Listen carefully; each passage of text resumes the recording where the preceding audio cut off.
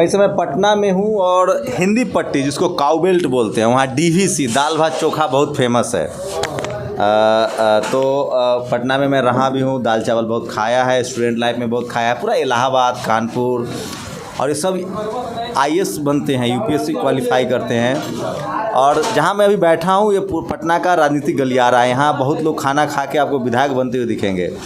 जब कर्की के दिन होते हैं तो लोग यहीं खाते हैं, लेकिन यहाँ कुछ खास है। मैं जब हाजीपुर में था तो वहाँ उस समय 10 रुपये में मिलता था भरपेट खाना, मतलब जितना दाल चावल सब्जी जितना खा सकते हैं।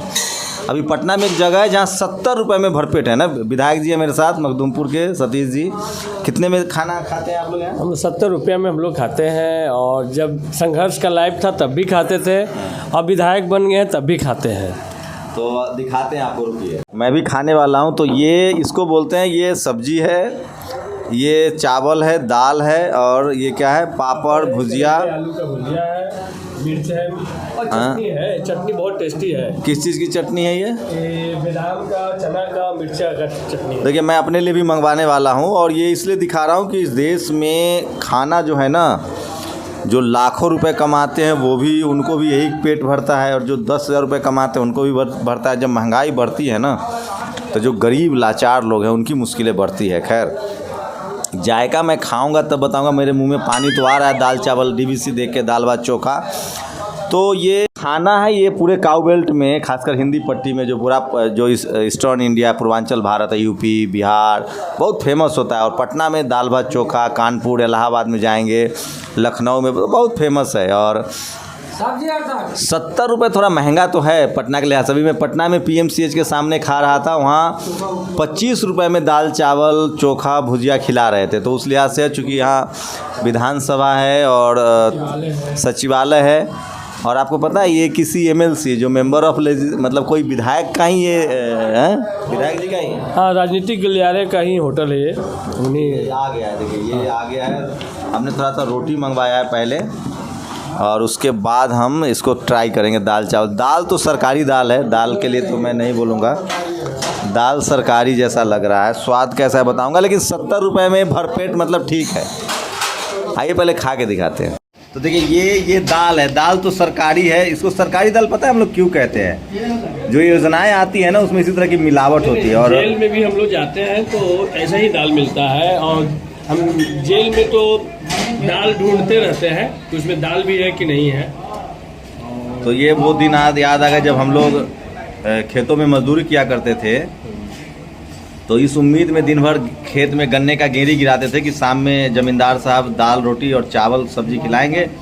और जब जाते थे तो कहते थे कि सब्जी ख़त्म है और दाल में पानी मिला दिया जाता था। तो इसलिए हम इसको सरकारी दाल कहते हैं।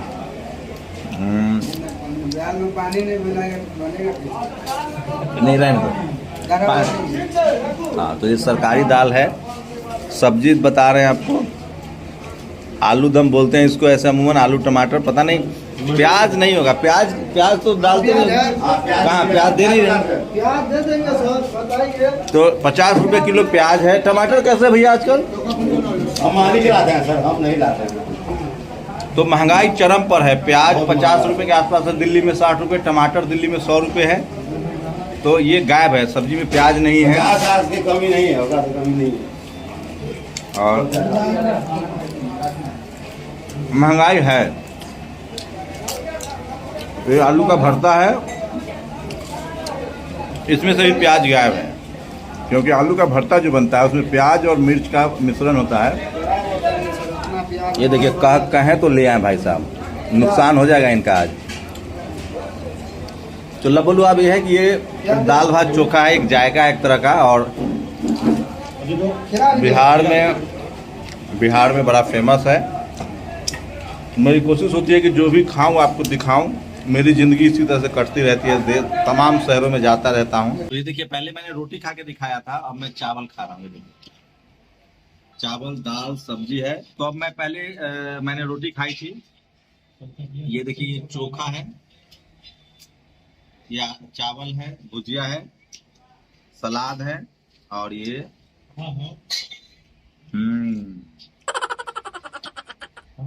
बहुत खराब नहीं है, लेकिन 60 रुपए में बिहार की राजधानी पटना में आपको दाल चावल चोखा मिलेगा भरपेट।